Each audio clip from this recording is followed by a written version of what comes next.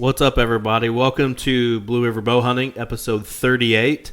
I'm Brett Morse, your host. I got your favorite co-host in here with me again this week. It's been a while since you've been on, but Adam Bonowitz, a.k.a. the neighbor, as you know him and my son calls him. But we're just in here to talk some hunting tonight with Stephen Fisher from Missouri. What's going on, man? Oh, not too much, fellas. Just got back from the taxidermist and spent Nice. a little bit of well-needed money. So Hey, that's still a great time to pick up that deer, man. It just gets you back in the Absolutely. groove and ready to go this year. that's some overtime I didn't mind handing over there. So Oh, absolutely. How much does shoulder mount go for in Missouri? 625 as of last year, and he just went up to 650 this year, and I think it's going to be 6 1/4 or 6 That's- 3/4. That's a little higher than the average it goes. For here, you're right around 400, 450 for a good mount in Indiana. The guy I was using, I think I paid $550, like They'll get up there. 2 deer in a row, I think. But it's not too bad. As long as they do great work, I don't mind to pay the money. I love some good taxidermy work. There's this guy Ron Thompson here locally, and it's kind of like rule of thumb. You know, your taxidermy, you take it to Ron, and we got a local guy, Gary Lucas. Like, that's the only one that touches my bows. Like, I'm super sacrilegious about that. Like, Yep. And there's a story behind every one of them. You can say who did this buck. absolutely. Yep. Who set the bow up. I got a buddy that actually he's going to go to Kentucky and deer hunt with us, but every deer he had scored has been by the same scorer. And before he knew, because he was taking it to the Deer and Turkey Expo and the guy was scoring it. Mm-hmm. And he did it twice, and he got lucky. But then I told him, I was like, hey, there's a local guy here that scores deer. End up being the guy that was doing it at the Deer and Turkey Expo for him.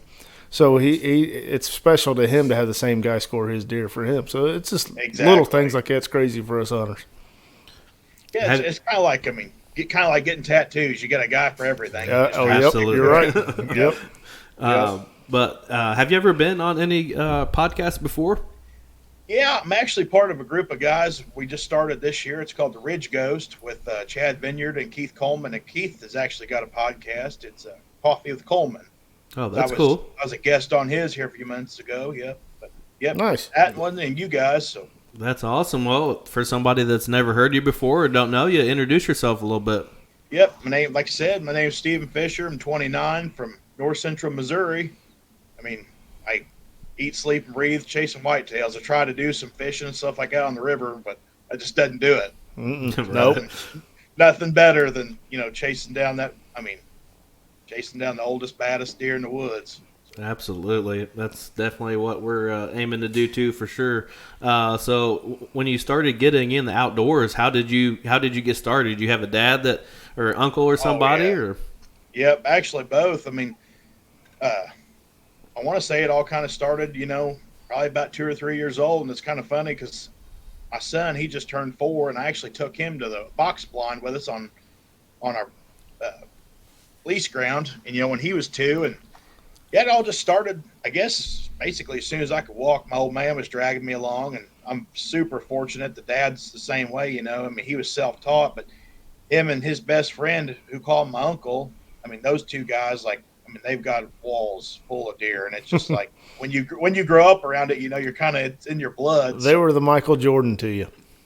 Absolutely. It's like I was just spoon-fed all this knowledge and just crammed in there. It's like, sink or swim. And it's, I mean, I can remember 5 years old, man, I was like, just, Dad would take me, but those times, when, you get off work and you're just like, I'm just going to buzz right out there to the farm or whatever. There was some times like that. And I was like, man, I just want to go.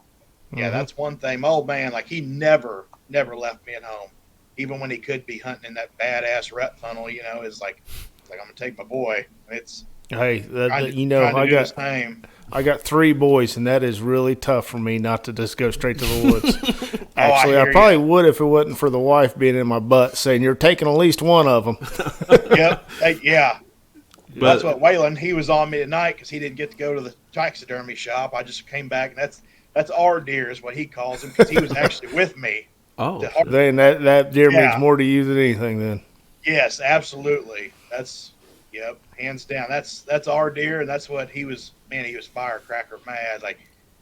He was just like, "Why'd you go get that without me?" I was like, my bad, buddy. Like I didn't know.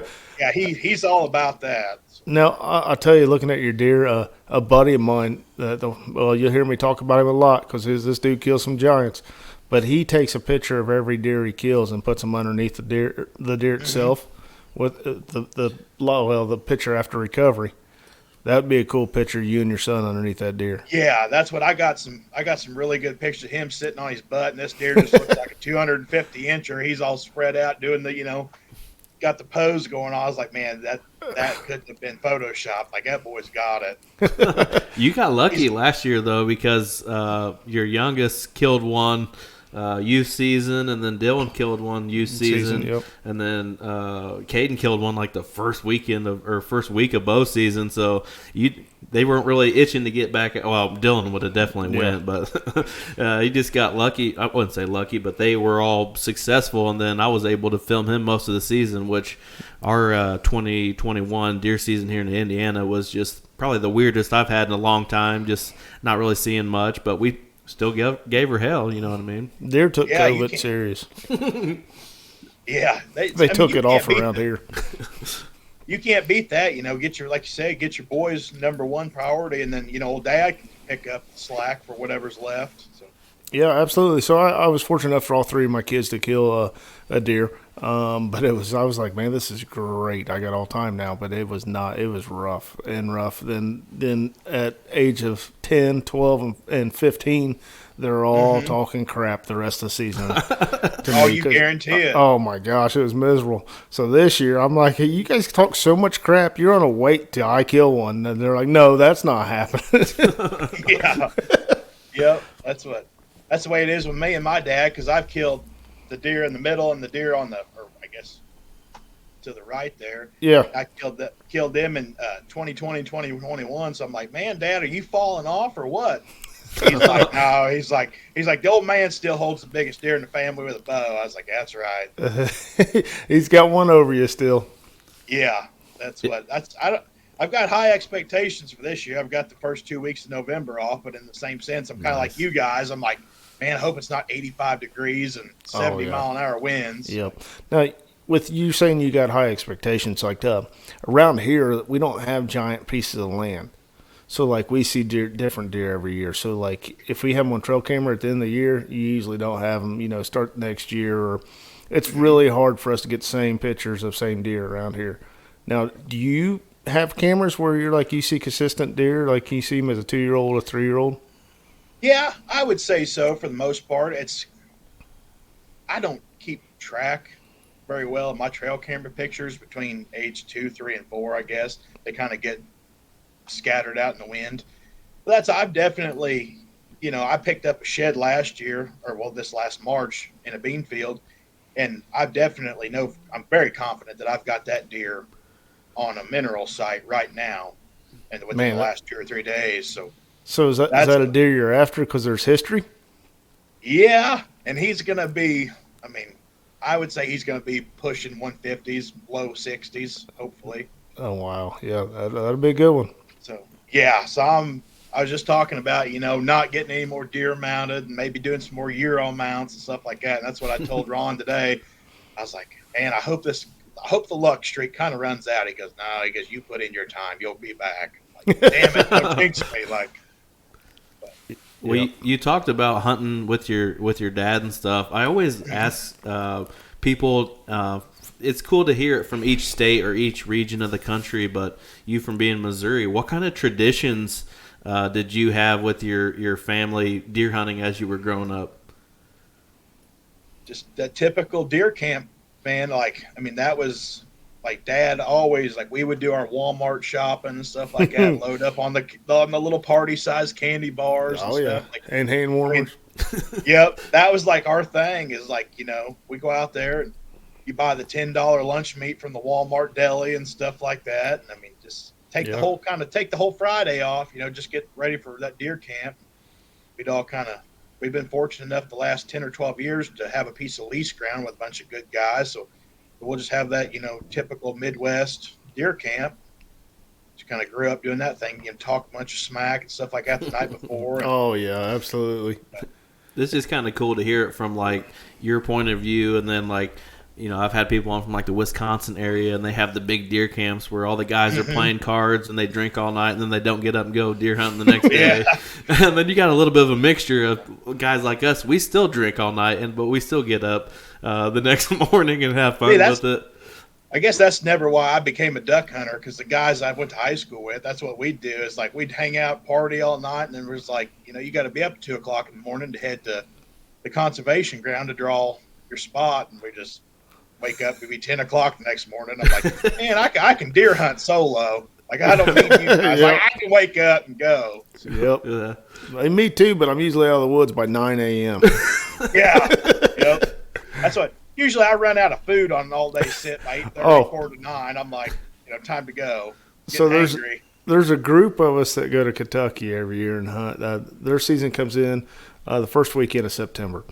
So we always go down there and hunt. This will be our 11th year going there. Brett's about to experience the first time going down there with us. Can't wait. But every year it's like 7:30 a.m. I get a picture from one of the buddies, and it'll be like his last lunch ball ready. He's like, "Out of food. Anybody going to come by here?" And it's 7:30. Yep. Well, we're kind of fat kids anymore, so I hear you. Snacks don't last long. Been trying to condense my mobile set down like a fanny pack, just essentials. And I'm like, man, when I'm going to need this thing, it's going to be time to go into kill, and I know I'm going to be there all day, and I got to find something small backpack to keep all my stuff. But speaking of that, like, it just kind of hit something on me. Is like, man, it's like over time you start realizing you do go to small packs. Like everyone started off with a big pack thinking they needed all that. I have over the years went small to hardly anything. I just have the few things I need really. But man, over the year, back in the day, I used to carry everything thinking I was going to stay for like 2 weeks or something. but it is. And I'm hearing a lot more people saying they're going smaller backpacks. Basically a fanny pack. That's all you really need. Yeah. Yeah. It'd be hard to carry in some climbing sticks and shit though with just a fanny pack. I got like an elk pack. That's kind of the way I am. I'm like, man, I get into the rut and kind of late season. I'm strapping layers on. I got dragging a buddy heater along. And like, man, it feels like I'm going out in the middle of Idaho on a 3-week ruck. Yes. Elk hunt. Absolutely. Now later season, I get back to the old school, but like early season, it's amazing. Like I went from just, hey, I do have my release. Okay, cool. Let's go. Yeah, absolutely. That's the way I've gotten to be. Anymore, like if I'm doing a hanging hunt, it's a bottle of water. I'm like, okay, I got a saw. Like, let's roll. Yep. Talk about just the hunting opportunities in Missouri, private land, public land. You talked about a lease. Talk just about the hunting opportunities in Missouri. Yeah, I'm very, very fortunate. I mean, there are several, I'd say good tracks. They lay out good, but the hunting pressure in Missouri is pretty extreme. I mean, it's not your Pennsylvania or, anything out east like that, but it's just like, the whole 3 or 4 years, like the mobile and the public land, everything has gotten to be so saturated.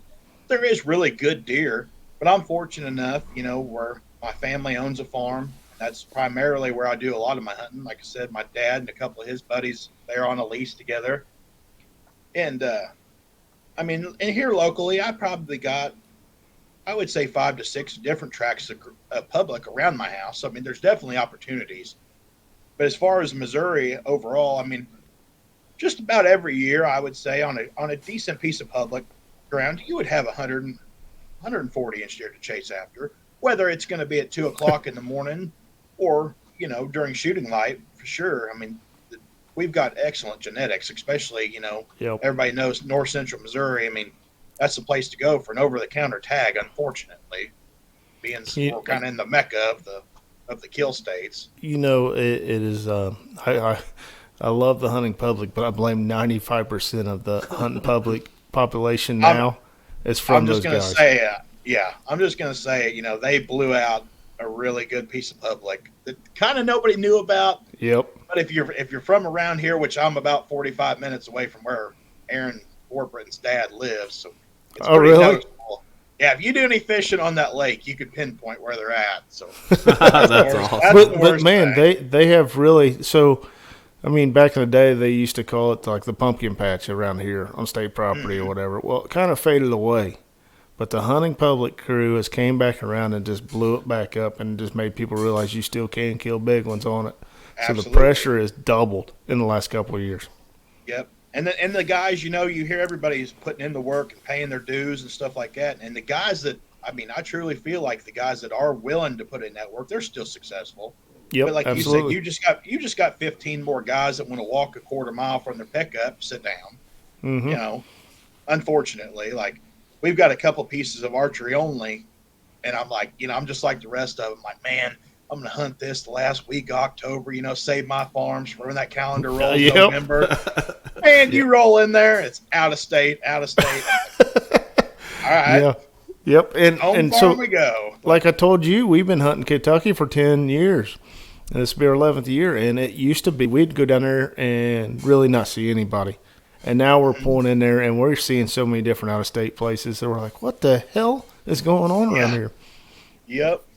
Unfortunately, but I think it's like anything, 5-6 years. Things fade out and fads die off. So. Yep, for sure. Actually, the economy's going to make people, and the prices of tags out of state's going to make people not be able to do it no more. You guarantee it. That's what I've got a buddy, Caleb, that he didn't draw Kansas this year for the first time in 2 or 3 years because the point creep. And I heard some guys that weren't drawing Iowa with 5 points. I'm like, man, I was planning on going on 4. Like I'm done for, Like, I just bought my first Iowa point. So what I'm thinking is, and it's crazy to think this way, I actually, this is episode 38. So episode 37, I talked about, me and a guy were talking about our Iowa preference point because we're going together. But the first year that we're going to be able to draw for Iowa is 2028.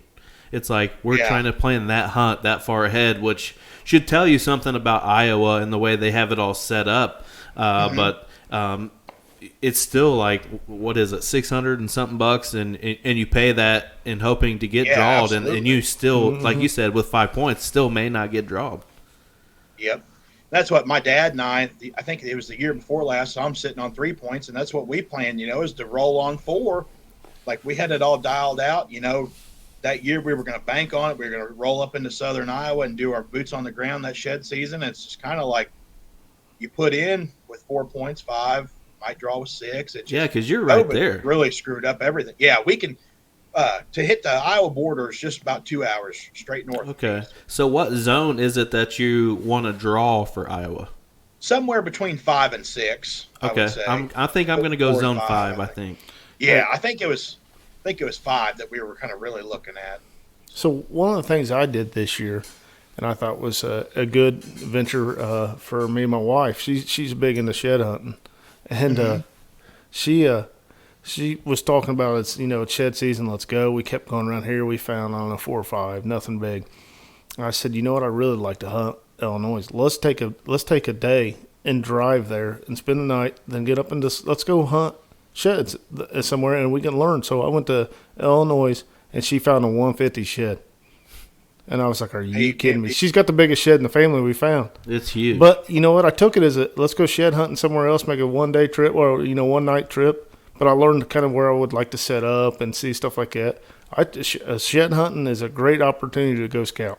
Oh, for sure. Absolutely. I hope you dropped a pin on that shed. No, he probably did. It's scarred in my mind. Like, I know exactly where it's at because that's where the wife beat me on the biggest shed. You don't forget a spot like that. No, absolutely. So you talked about some cameras and stuff earlier. How many cameras you got at your place?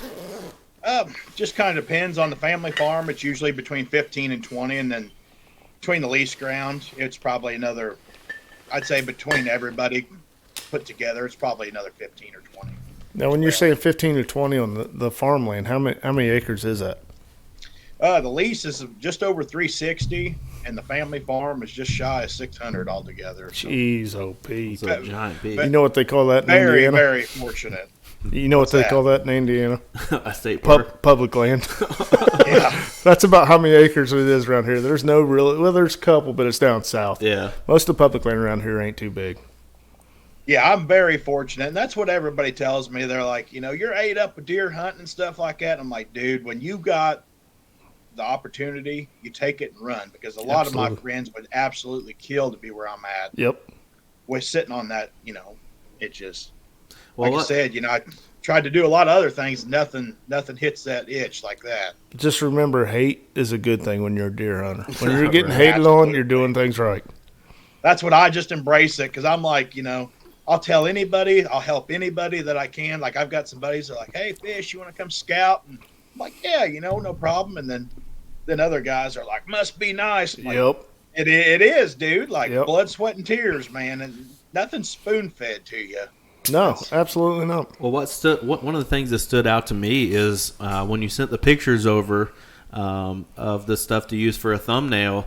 The one picture I showed to him, that looks like a September buck. Was that killed very early on, maybe even like first week in October? First set of the year. September. That's fucking badass.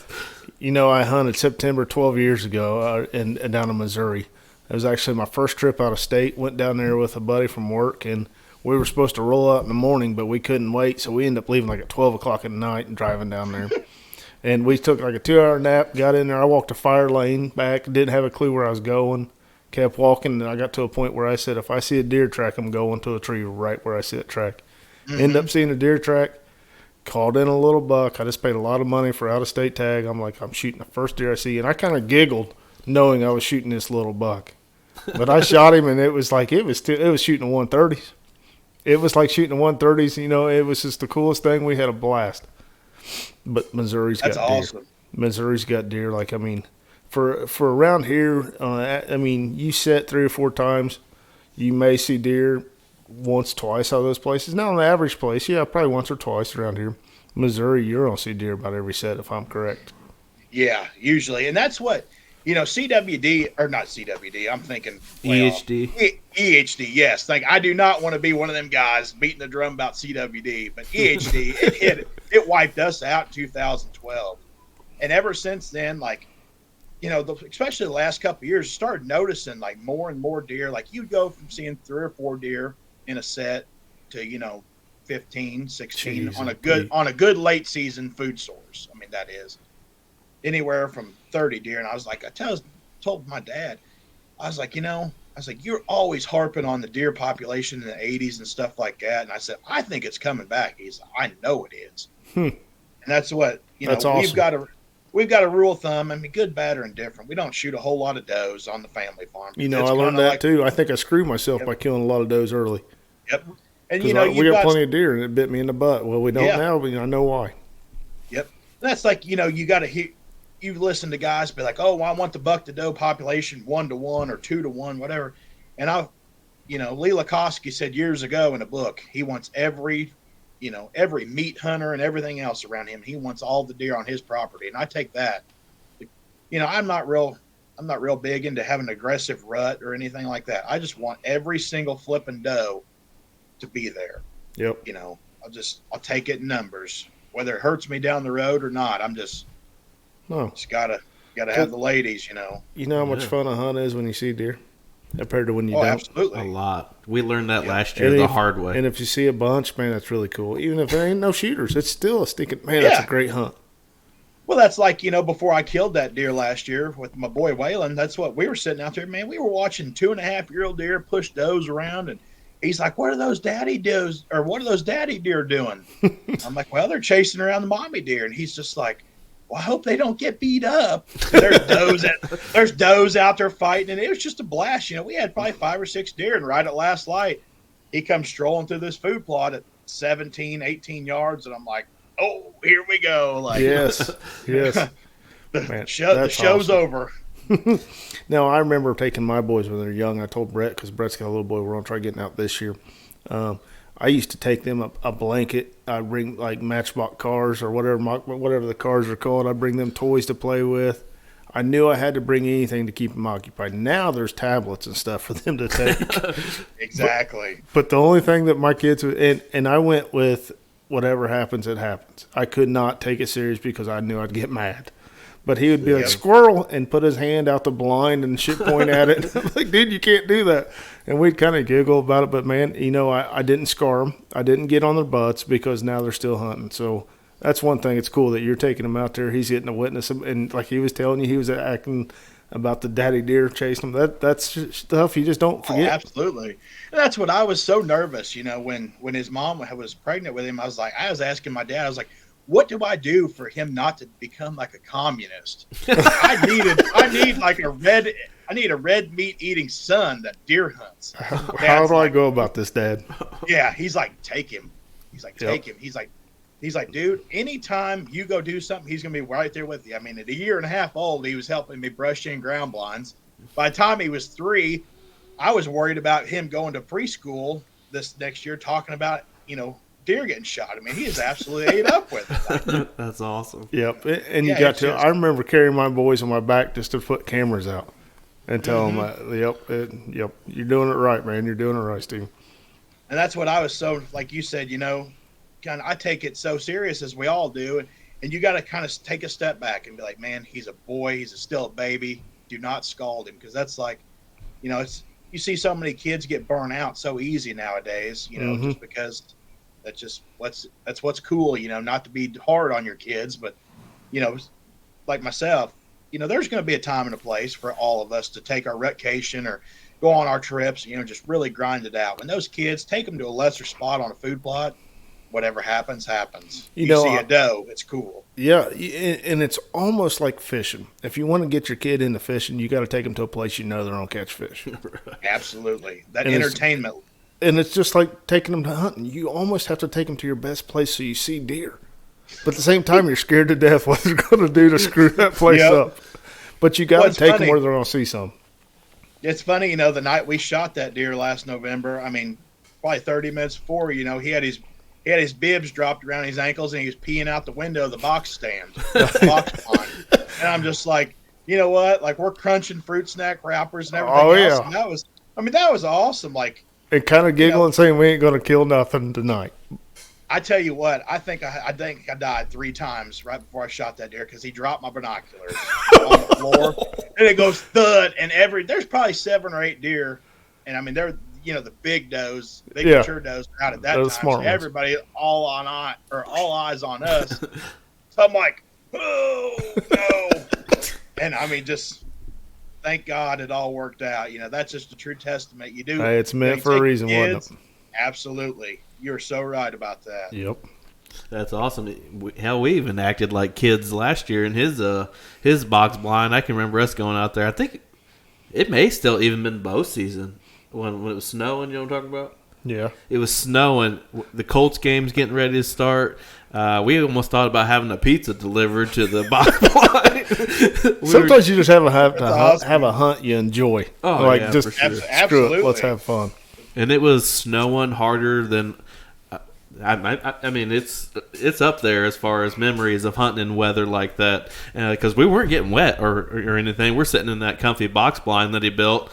We're kind of shoulder to shoulder. I'm a bigger fella, so I take up more room than he does. But we had snacks and Gatorades. Our phones lit up, looking at fantasy football and all that kind of. But it's just having fun with your friends and family in the outdoors, man. That's the thing I harp most on this show, because you get people that are super serious. Don't get me wrong, we take it super serious. It is our life, really.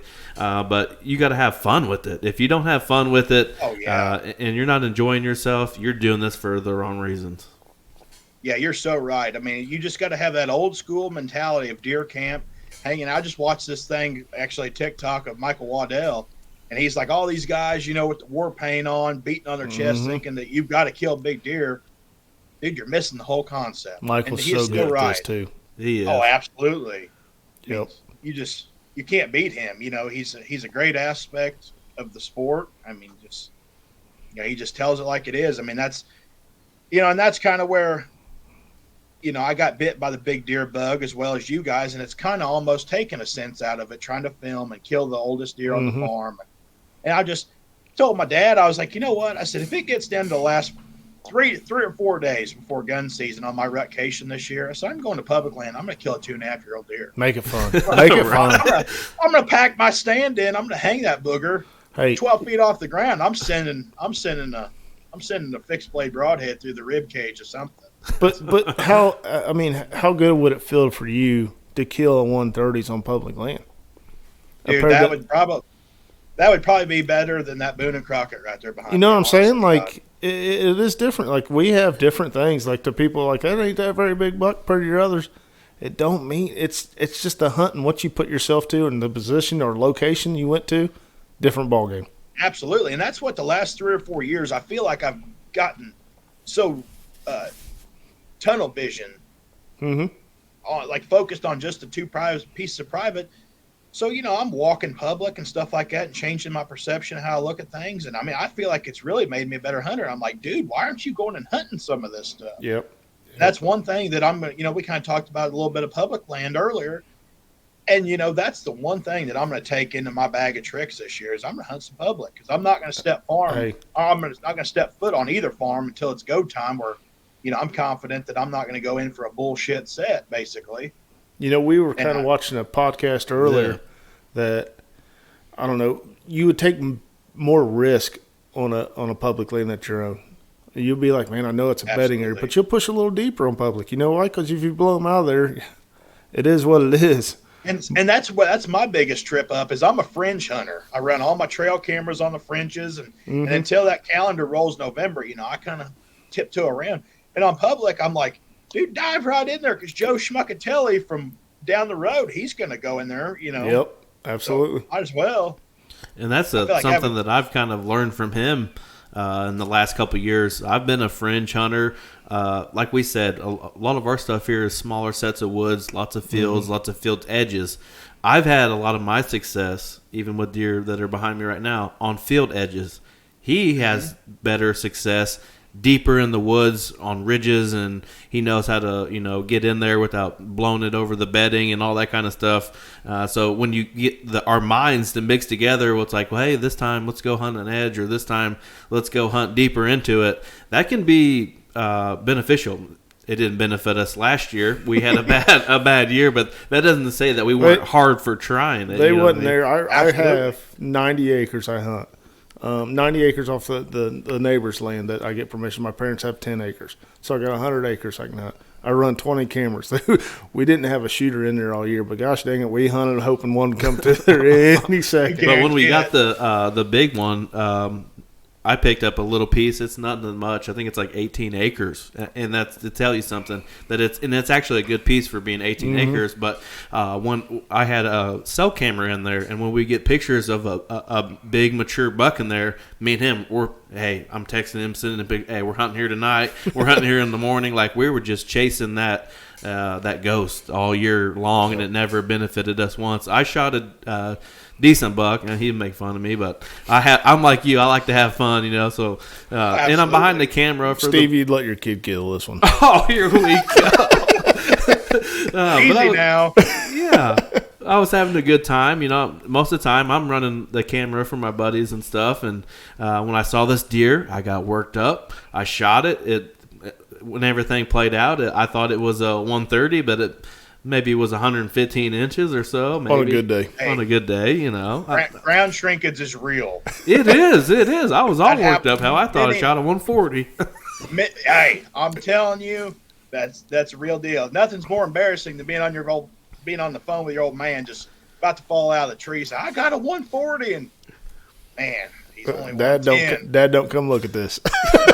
Yeah, no kidding. He's like, what happened? I'm like, I don't know. I learned one thing: when you first sight, it makes you cuss. It's the real deal. It's the real deal. Yep, absolutely. So now, I hear you talking a lot about your blinds and stuff. Do you hunt much out of a stand? Yeah, absolutely. That's my number one way to go. Kind of like you, my dad's always trying to figure out ways to, save a little money here and there. So he's really big into building the homemade box stands. Oh man, I love them. Like that. Yep. Yeah, I wish I had more of them. I used to make fun of people saying that ain't real hunting and all that till you build one and you set in and you're like, this is where it's at. You, that's what I absolutely hate hunting out of ground blinds and box stands until it's raining or the wind's cold. Yep, that's what we did. The one that I built was basically for the kids. I had some does in there that was almost in there every day. And I put this blind in there for my youngest. He's 10. The box blind that I built, knowing that he's going to get a shot on this thing. And he did his first set. I think his first set he killed her. But we ended up using that thing. We didn't have much on trail camera, but any bad weather, guess where me and Brett was going? We were going in there, and that was the fat man stand, because we'd bring all kinds of buffet food in there because we didn't really care, but we were getting out of the house. We were going hunting. Yep.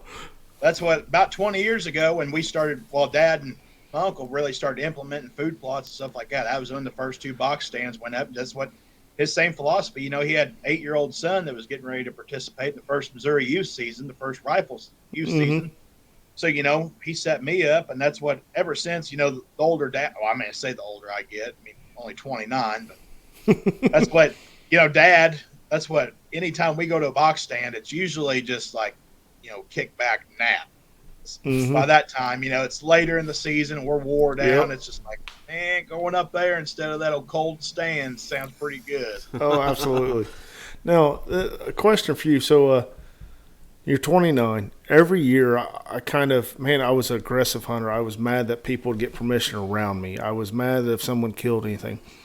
You know, this year I actually took the guy it's a buddy of mine. He got permission to hunt the woods that butts up to mine. I wasn't happy. I'll tell you, I was straight right pissed.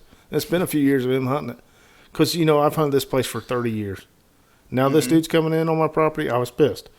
But more I thought about it, let's work out as a team together. Let's show trail cameras together. Like, I matured over it. Actually, I called him on a rainy day, and we went and sat in that damn box blind. He didn't bring a bow or nothing, but I was like, hey, let's go set out and see what we see. And, like, we're sitting in there showing each other trail cam pictures of the same deer we have. Now, do you see, like, over the years how you've changed kind of, like, how you are with the neighbors and stuff? Absolutely. It's funny you said that, because I've got the same identical thing. About a quarter mile or so from the main farm I hunt. You know, my buddy got permission on 20 acres. It's an old family farm. It used to be 140, and the kids got each a 20, and then the main farm was 100 acres that they sold. They split up and sold, yep. Yep, and James got that 18 acres or 20 there, and he's like, man, you know, I've got this. And I'm like, dude, like, I started knocking down these big deer, and you just moved into my neighborhood. What the hell? Yep. Well, a couple years later, old bitter me, I went to door knocking. I got permission on the other 18 acres that bordered it. so now we're like collabing back and forth. And it turns out I was so butthurt and foolish over something that he didn't even have the same deer as me. Yeah. So it was working out in my benefit to share pictures with him saying, hey, buddy, this is what I've got down the road. And then he's like, I've never seen that deer. Here's what I've got. And I'm like, dude, we're a quarter mile apart, and we're not even hunting the same deer at all. Yep, but it's just time. Time takes you to make you a better person, a better hunter. It really does. That's what, I mean, I feel so ignorant, you know. Well, it's because we want it so bad. Absolutely. And the big bow hunting craze, you know, when the guys were going bow only, you know, screw rifles. I mean, I bashed the Missouri rifle season until the cows come home. I still hate it, but having a kid, you know, if he wants to crossbow hunt, if he wants to rifle hunt, as long as he gives the compound bow a chance, you know, somewhere in life, I don't care, you know. Hey, that's where I feel like I've matured as a deer hunter, is because I'm like, you know, the old boy that works, you know, down at the sawmill or whatever. He gets off on a Saturday afternoon after cutting logs or whatever, and he takes his old 30-30 and his bibs. If he wants to go kill, you know, 110-inch 8-pointer, I'll buy him a cup of coffee, a tall boy bush light at the Casey's, whatever. I mean, that's just I just feel so much better about that maturing. Yep. So, Steve, here's one for you. I hated rifling when it came to Indiana. Around Indiana, you can kill everything with a shotgun. They ain't that far of shots you need around here. Muzzleloaders on reach out 200 yards plus. That's what muzzleloaders do these days. You don't need a damn rifle around here. I was mad about it. Crossbows. I talked all kinds of smack. Now I get smack talking to me because I killed a buck. It was a 135 with a crossbow. My buddies give me shit, but it was because my younger kids. Like, so I was taking them hunting with it. I was like, oh, this is kind of nice. So when they killed one, I was like, I'm going to take this. It's already in the car. I'm just going to take this. I enjoyed ending up hunting with it. So all the bashing I did, I had to eat those words because when I killed that 135s with a crossbow, I had a bow tech hat on in my picture, and my buddies ate me alive. Oh, I bet you had that coming to you full. Oh, absolutely, absolutely. Well, kind of stuff. But you'll see once you start hunting with your boy and stuff. Like hell, I hunt with a Youth 243 because it's a small gun. I can climb any tree with it. It ain't beating or banging off anything. But I never ever would say I would hunt it with a rifle. If you told me 5 years ago, I'd tell you you're crazy. I ain't gonna do it. Absolutely. That's the way my best friend Anthony Kuntz. I mean, I didn't know it. He swears he told me, but until about 6 months ago, he killed about 140-inch 10-pointer last year, and I didn't know he was with a crossbow. He swears up and down. He said, "I told you." I said, "Well, I thought that arrow just broke off. I didn't know it was a crossbow bolt in the picture." He's Oh like, yeah. "Oh, I told you." I'm like, "No, you No, didn't." you try not to tell me. Yeah, you avoid it at all costs. Well, it's funny because about 35 minutes ish, 40 minutes south of where we live is where Dustin Huff killed the biggest deer ever killed in the United States, and he killed it with a crossbow. I met him at a live podcast a couple weeks ago, and I said, "Do you get any shit for killing that with a crossbow?" He says, "I just killed the biggest deer in American history. You think I give a fuck what I killed it with?" I just started laughing. Exactly. I'm like, "Hey, I wasn't saying that I was, like that. I was just saying if anybody gives you shit, like your buddies or something, but who cares what you killed it with as long as you had fun." Exactly. If you kill the biggest deer in America, that's pretty badass. You know what I mean? Yeah, I don't care. Yeah, anymore if it's It a was legal. crossbow, That's all that matters. Yeah. musket or a slingshot. I mean, you could be out there stabbing them with a knife. Who cares? Like, Mm-hmm. as long as it's legal and you're doing right by the game laws, I mean, more power to you. Yep. I mean, Nobody- hey, if you're getting it, crossbow range is still bow range. Yeah, for the most You're part. still Absolutely. you got a mature deer in crossbow and bow range. You did something right. You did Yep, something right. absolutely. Now, doing something right, I got a question for you. How are you for scent control? What's the steps you do for scent control? Kind of between not really care, depending on how late Yes. the season is, and then starting out, it's like it goes from a level 10 out of 10 to depleting. I'm mean, going I from run- work straight to there. I've got the Ozone Go from Scent Crusher. I've got the Scent Crusher Tote, and I'm trying to get my hands on some of the Scent Thief products this year. But other than that, I'll eat bacon and eggs in my hunting clothes, and I'll go. But I will not pump gas, in my hunting clothes. You have Something certain like things that you don't do. Me, Yeah, I pump gas, and I go in the gas station with my boots still on, and I go buy me breakfast, and I take it to the stand. You're my hero. I love guys like you. Now I do my wall's not behind us. I mean, Brett's got the big ones. I got probably You 8 got on the a couple wall. bigger ones better. I got than me. 8 on the wall. I got a 150 as being my biggest, and he was killed in Kentucky on public land with a bow, and I probably was hung over like no other on that deer. But I don't know, man. I just have a different theory on scent control. I do believe you got to hunt them with the right wind. If you're hunting with the right wind, why do you need scent control? Yes, it That's will key. help you. Yep. It definitely will help you, but I don't know. I just feel like these big time hunters are getting paid a lot of money to say this stuff works. Yeah, exactly. And that's what you and my old man would get along great because Yes. He Hey, always I'll- gets everybody's. Hey, along you with got a everybody lot bad. of land, and tell your dad I like hunting Missouri. I think it was 2006. I think it was 2016. It was one of those super warm Novembers. Dad goes out in a pair of uninsulated pants and wearing his Crocs. That's awesome, man. Smokes a 150-inch 12-pointer, and he's like sending a Snapchat or sending a picture to all his buddies. He's like, "How about this scent control?" And their minds are just blowing. He's like, "You Oh. can't do that," and Dad's like, "I just did that." Like, Oh, I'm wearing absolutely. Crocs. Like, Well, I like was like, talking to "Dad, you're people my on hero." here, like I was with you. I like the scent totes. I like the ozone. I like all that kind of stuff. It's something that I've been very hard on my entire hunting career. Don't say that word again. What? Hard on. Hard on.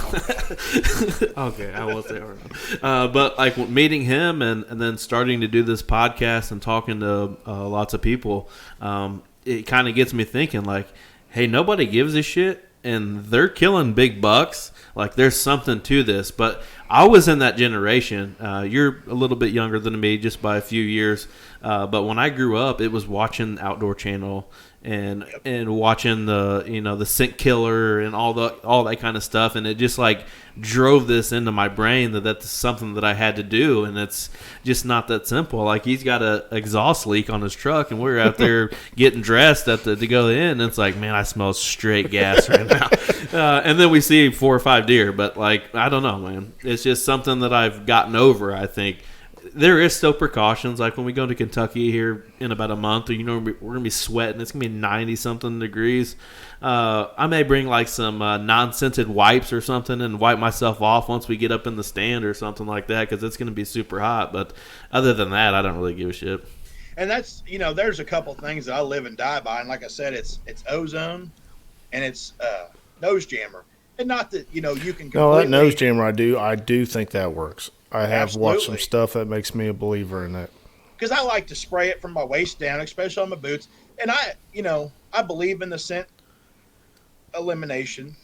But what I want to do is, if I can change a deer's nose from being like, hey, there's a 300-pound guy right above me at 20 yards, to be, maybe he's 250. Just a split second for me to get the full draw and anchor up. Right. What you're done. working for is 3 more seconds. Exactly. That's Yep. exactly it. There's guys that take showers and bathe in carbon and this and that and the other and get all freakazoid. You do you. That's, Yep. That's what that is. There is no really right or wrong answer in this, really. We're not Exactly. I there. agree to that. But you give me the chance to get those limbs bent back and sayonara. That's all she wrote. I kind of look at it as Brett's deer he killed this year. He was pumped about it. And I'm like, what the hell? But at the same time, he was pumped, so I was pumped for him. So it worked for him. He was happy with that. It's the same way with scent control.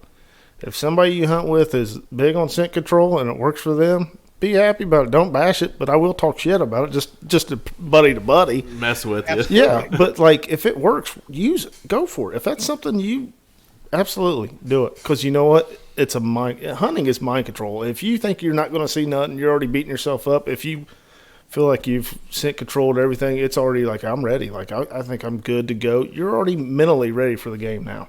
But if you feel like, damn it, I shouldn't have stopped and pumped gas, you're already in the woods. Like, I ain't going to see nothing, ready to get down before dark. Yep. And that's what, if we only knew how many big deer were killed with guys smoking Pall Malls and Marlboro Reds, honestly, it would probably And hey, that was like 80s and 90s every hunt. Yep. Up there coughing out a piece of your lung, and there he is. He's coming down the trail. Yep. I've been guilty of that a time or two. It was funny last year we were in a set. Yeah, scent control guy smokes in the stand. What the hell's going on? Hey, I don't smoke in the stand. I don't smoke in the stand. I'll have a cigarette every now and then, but we were in the stand, and I'm scent control. I do everything I think I can possibly do, and we're sitting there and not seeing much. We're just kind of getting down to the last few minutes, and I coughed, and this doe like hopped out of nowhere, and he just looked up at me. I'm like, "Fuck! I coughed one time." The fucking deer runs off. Yeah. No, so Steven, so what's your plans? What's your goals of 2022? Honestly, it's just to keep on having fun, grinding it out, knowing that, every single second I went out there, I had no BS sets, and I gave it my all. I mean, honestly, I just want to hunt with my boy. And when that's what I was going to ask you. Is your boy going to try killing the one this year? Well, or are you not going to give this him year. another year? Yep. Yeah, he's still got this year next. I think to be a trigger man in Missouri for the youth season, like I was talking about for the rifle youth season, I think you can be 6. Oh, wow. So I've got this year. I've got this year and next for old Dad to keep rolling. Gotcha. So Indiana, basically, you can, whenever you just as a parent say he can go, Confident. You get 3 years. I can't think of the name of it. You get 3 years basically before you have to apprenticeship. That's what it is. Okay. It's apprentice licenseship. So they get 3 years of a youth apprentice before they have to really go to hunter's ed. Once they take hunter's ed, they can hunt by themselves. So they can hunt then. But you only have 3 years of apprenticeship before they have to take hunter's ed. And hunter's ed is not fun setting for 10-hour class with 2 I hear kids. ya. 2 Saturdays in a row. Dude, they split some of them. They split them up here. Some of them they just knock it out in one day. Well, I chose the 1 day thing, and oh my god, I took That's my kind of 2 the way I oldest. was. Whew. It's kind of the way I was. My dad, he works for the railroad, so he was gone at the time, and he just told my mom, he's like, "There might be a time where I need you to take him hunting. You need to go. You need to go take your hunter safety course too." So it's a Saturday. I'm 11 years old, and here comes me and my mom. She took it the same day I did. That's awesome. That fall in gun season, she went out and killed a 1.5-year-old late pointer. She goes, "I did the test. I shot a deer. I'm done." That's awesome. But dude, that's memories. Like you remember how old you were in that. That's absolutely. Dear, so I coach varsity football. I coach baseball. I coach all the sports, man. My kids are in. But I guarantee you, when they're older, the memories that they're going to talk about, it ain't going to be sports related. It's going to be about, Dad, do you remember I killed this deer? Dad, do you remember when we did this and we jumped a big buck? He was down there. Like they're going to remember that stuff over any sport. I mean, it goes back to as far as me being 5 and 6 years old. My dad and a bunch of buddies, that passed on now because they were kind of my dad's mentors, about 10, 15 years older than him. So they've unfortunately passed on. But I can remember, we'd go up to Memphis, Missouri, up just south of the Iowa border. And I mean, I was 5 or 6 years old, man. And I just remember that's what we did as opening weekend or gun season. We'd go up there and hunt that lease. And even that far back. And I'm just like, man, what's my boy going to remember? Is he going to remember that 160 that we killed together? Or, is he going to remember the mommy and daddy deer chasing around? And Dad picked him up, set him behind him, and said, "Get back, it's going down." Like, yep. My boy has got a memory that'll last him forever, and it's not a good one. So I killed it's one of the biggest deer I've ever killed. Not score wise, body wise. He weighed 252. In Indiana, that's a giant body wise. Oh, absolutely. And he only scored like 133. He's just baseball bat all the way out, massive. I think he's probably a 6-year-old. Never had him score, but I'm guessing he's being a 6.5-year-old. But the same time, I was getting pictures of an absolutely stud. And my boy said, "I'm going after him." He was 11. He's like, "I'm going to kill this deer." Well, he's been hunting since he was 8. He's killed a buck every year. And I started putting pressure on him. I was like, "Dude, I'm not going to look the whole time. You keep getting into your phone the whole time. Hey, it is you. I'm letting you hunt. I'm here to help you with anything, but I'm not going to say, here's a deer. You're at that age now where I'm not going to be like, here's one coming. You need to be looking." Well, that 180s came across the field. I mean, he was 180 plus. A buddy of mine ended up killing him, so I know exactly what he scored. Gosh, but he's like, "Dad, right there he is." And the time he got his gun up, he jumped the property line into another field. And I was like, "Dude, man, he walked clear across this field, and you had a chance for it." Oh, my God. He still talks about it. And my buddy did a full body mount on him. And I was like, "Hey, if you ever want to see that deer, we can go look at him." Wow. But hey, you know what he does now? That phone don't come out very often. It taught him a good lesson, but that's a lesson he will never forget. A buck of a lifetime. That's 180 is a buck of a lifetime. Absolutely. Oh, you guarantee it. Man, and I tried telling him, year, he's gonna learn. And he's like, "Oh my God, Dad, that is a buck of a lifetime. I spent all these years now after that." And he said, "I haven't seen anything close." That phone burnt me bad last year. I think it was the 3rd or 4th of November, and my brother, he's hunting on the under end of a farm, and he's like, "You see anything?" And I reached down right about 9:15, 9:30, go to text him. I looked up, and here he's coming. He's coming down the ridge, closing my 30-yard gap, closes my 25-yard gap, down into the bottom, and I'm like, "You've got to be kidding me." Like, that was another one, probably 140-inch deer. Yep. It was a dead deer. Yep, should have been all day long. And that's what I told Dad. I said, that phone got me. I said, I felt like I was 10 years old. Other than Iowa, do you have plans at any time to hunt any other states?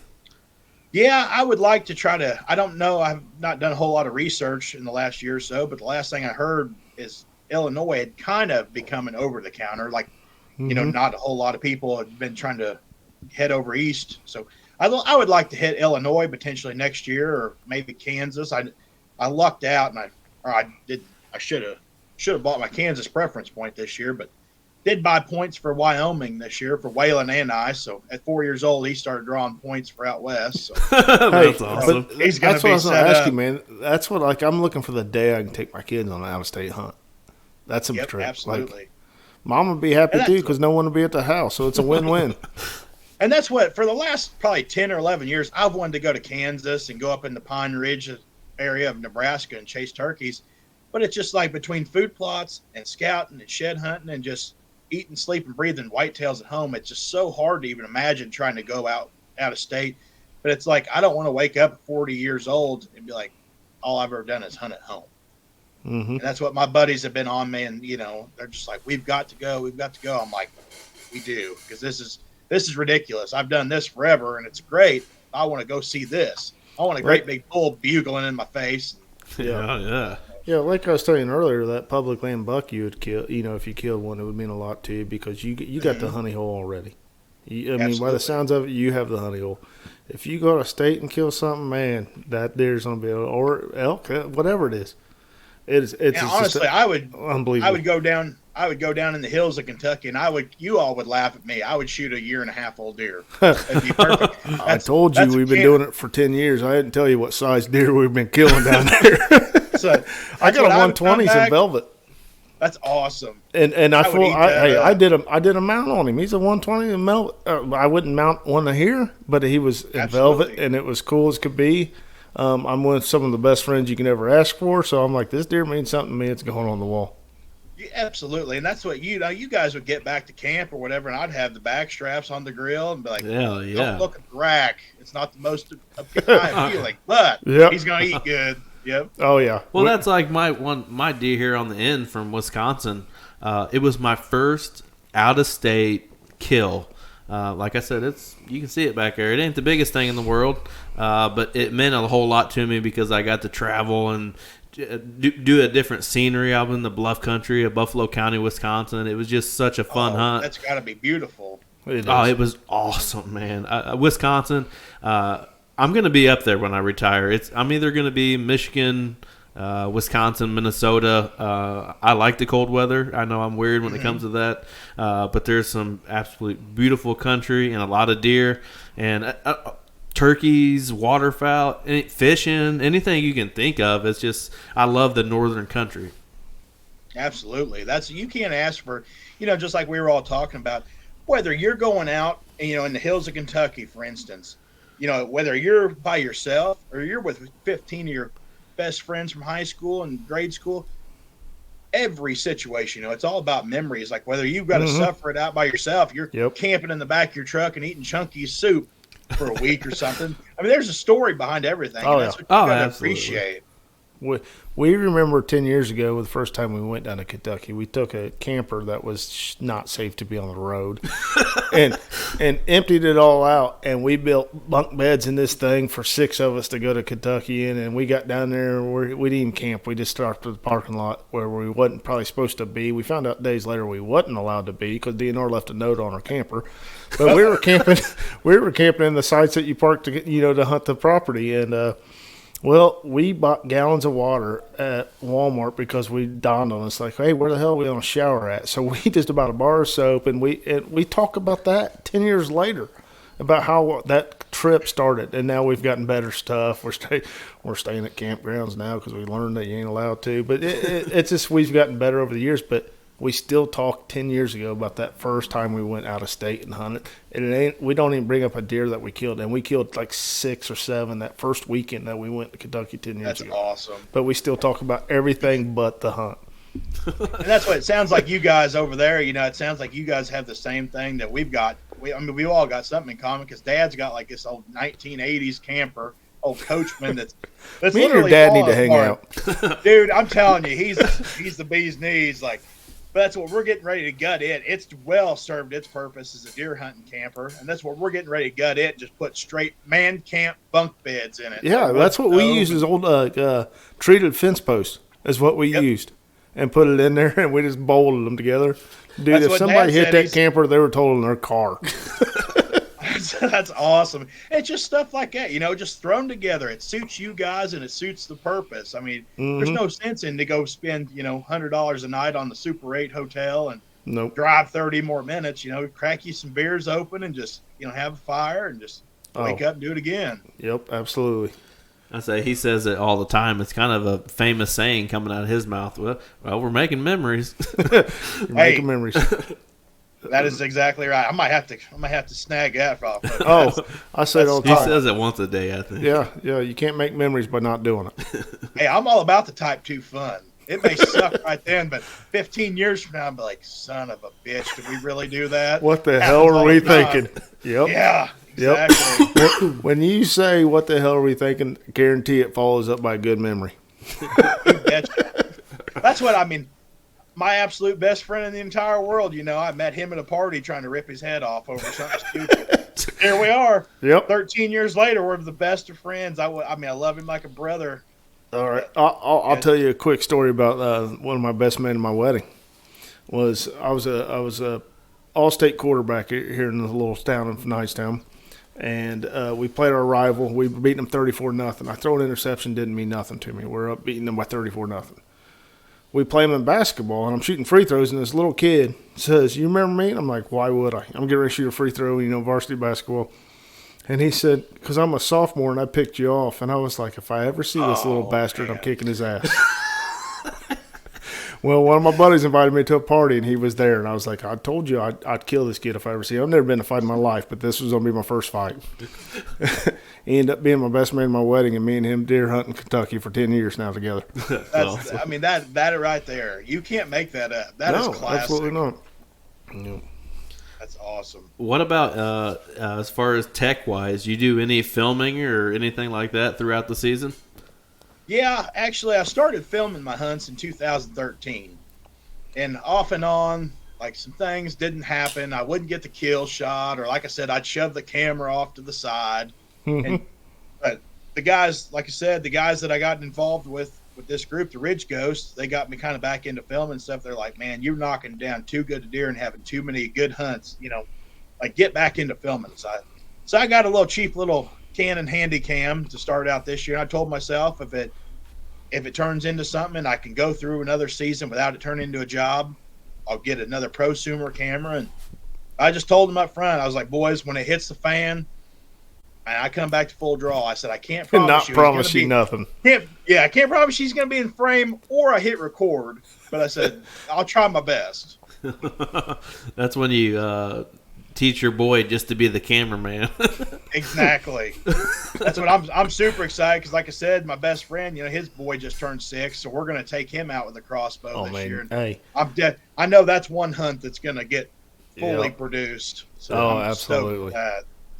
Hey, so when this happens, because it's going to happen, by the sound of your properties, this 6-year-old your boy or your buddy has, it's going to go down. Now, will this be on a YouTube channel? Will it be posted anywhere? Because I got to see this. Yeah, I would say probably. I'm not sure how it'll coordinate to real time, but it'll be on the Ridge Ghost YouTube channel. Okay, we'll have to check it out for sure. Yep, we're starting our first season of it. So the season of 2022 will be the first intro to it. So. Yeah, youth stuff blows up on YouTube. Like absolutely. Two of my biggest videos on YouTube is his boys' stuff from youth deer hunting. His oldest, I got him taking a doe in youth season, and then I was actually filming his other son, and he was with his youngest when he killed one. So we got down and went, helped him track it and stuff, and track his first deer, and you see it all play out because we knew we could see it, but he couldn't see it. But he's like leading him to the deer and stuff, and you kind of catch it all on camera. And people love watching youth hunting on YouTube. Yep. Because I feel like there's several guys like us, just us three sitting here. We've got so much in common. And then you get a guy like myself, that my boy, he's got a couple more years, and I'm just fired up, ready to rip the seams out. You start watching that, and I'm like, man, a couple more years, and it's going to be me on the back burner. And it's going to be full go, him, and it just. And you watch those videos, looking at the little things. What do they do to keep the kid busy? Like, what do they do to keep him entertained? Because there's secrets to keep those little ones. Now, some of them are just bred differently, man. Those kids are just all about it, and they eat it up, and they know from the get go. My middle one, You would never think he's like, I thought I'd call him city slicker, but he came to the stand and he was the quietest out of my three, and the other two loved to hunt. He was the quietest, didn't move nothing. I'm like, what the hell's going on? Because I expected him to be running around everywhere. Now, don't get me wrong, he brought a tablet, 12 pops, and a snack. I mean, he brought the party to the stand, but he didn't move. He behaved better than the rest of them. So every kid's different. Absolutely. That's one thing I was real nervous about, is taking a 2-year-old, and then as he was 3, he got a little better. And I'm hoping next year I can convince him to stay quiet enough to use his woods voice to get him turkey hunting.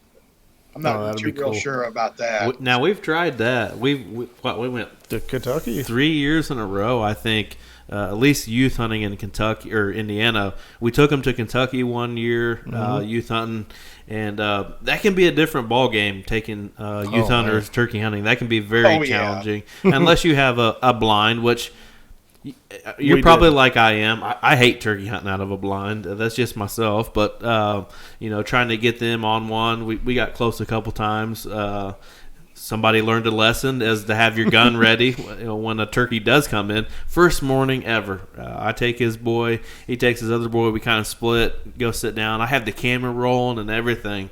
And this Jake comes running into the setup. I called him right off the roost, I think. Comes running in. And I'm like, shoot him. And he's like, oh, I can shoot this? And as soon as he brought the gun up, the bird just bolted. I was like, well, you learned a lesson there, didn't you? Man, you just described my childhood, because I was probably about, I would say 9 or 10 years old. My uncle's fall back calling, he dropped back about 20 yards. He called this bird right up. We're sitting against the barbed wire fence, and all this bird has to do is walk to this fence, and I'm going to light him up. So I'm sitting between Dad's legs, and this bird comes, and I kid you not, if he would have pecked, he would have hit the bottom of my rubber boot. Holy cow. All I hear is Dad say, shoot. It kept getting louder. Had that little single shot 20 gauge laid across my lap. Hunt gets done. Dad grabs that gun out of my hand, and we're marching back to the truck. We go past my Uncle Wayne, and he's like, I heard that bird drumming. He was right there. Dad's like, dumbass didn't put the gun up on his knee 50 yards earlier like I told him to. So that describes my turkey hunting career. Like, I love it, but I'm the world's worst turkey hunter. Hey, I'm right there with you. That's awesome. For Indiana, I'm definitely the Indiana's worst turkey hunter. I have like a black cloud over me when it comes to turkey hunting in Indiana, but I always have success other places. But turkey hunting's an absolute blast, and I could do another 3 hours probably just talking on turkey hunting. That's the one downfall is, Missouri closes at 1 o'clock every day. I know, that was weird. I came out there a couple of years ago, hunted northwest Missouri. Is there a Maryville out there? Yep. That's where I stayed at and hunted a place out there. Leased it for 5 days or whatever it was. That's another black cloud on me. I had the monkey to get off my back this year, but I had missed a turkey in Missouri last year, and then this year I killed one in Michigan. But there was a ton of turkeys out there.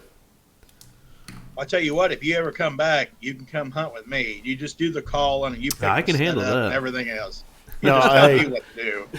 He can call like no other. No. Don't let him shoot, but he'll get one in front of you.